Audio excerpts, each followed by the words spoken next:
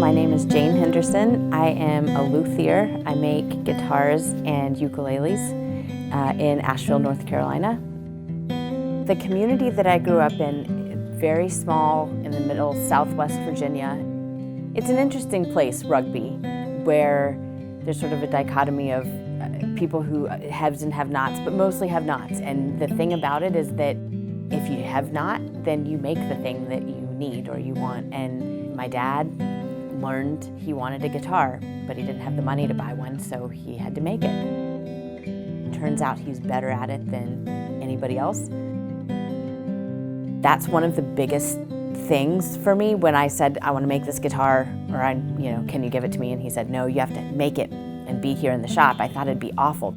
I've always stood in line to hang out with him, but this time it was different. I got to get behind the curtain, like get in, actually be there and stand with him instead of wait to, talk to him like everybody else. If I don't have enough time or if I'm having a really rough go of my, it's like something just isn't quite working out, or I don't have it figured out, or I'm just tired and I've been working all day, and I'm like, ugh, and I just leave it. Like, I'm gonna step away, this neck just isn't fitting, or this fingerboard just isn't coming, something just not coming together. I'm gonna step away and I'll deal with it in the morning. But then I come out and it's done for me. Like, he's worked all night and done it and gotten it finished. Being a parent now myself is interesting, where it's like, okay, he gives so much to me and selflessly and thoughtlessly doesn't even consider, that he spent his entire day or 3 hours of his night sanding my guitar so I wouldn't have to in the morning.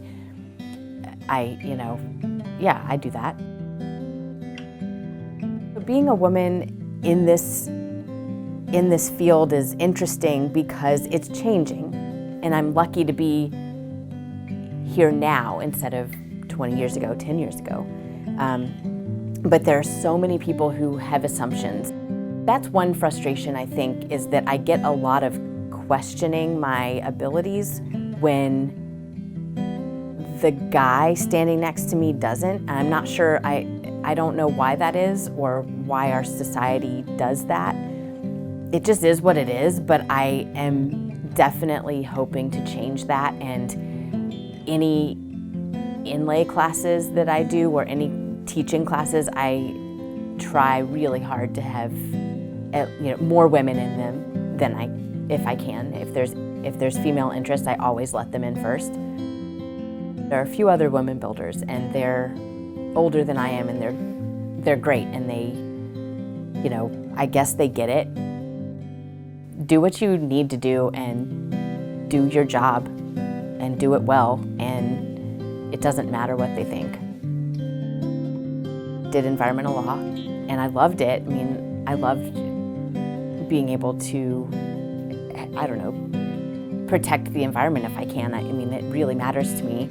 It's we only have the one, so, why waste that? Why use all of our resources when there are other options?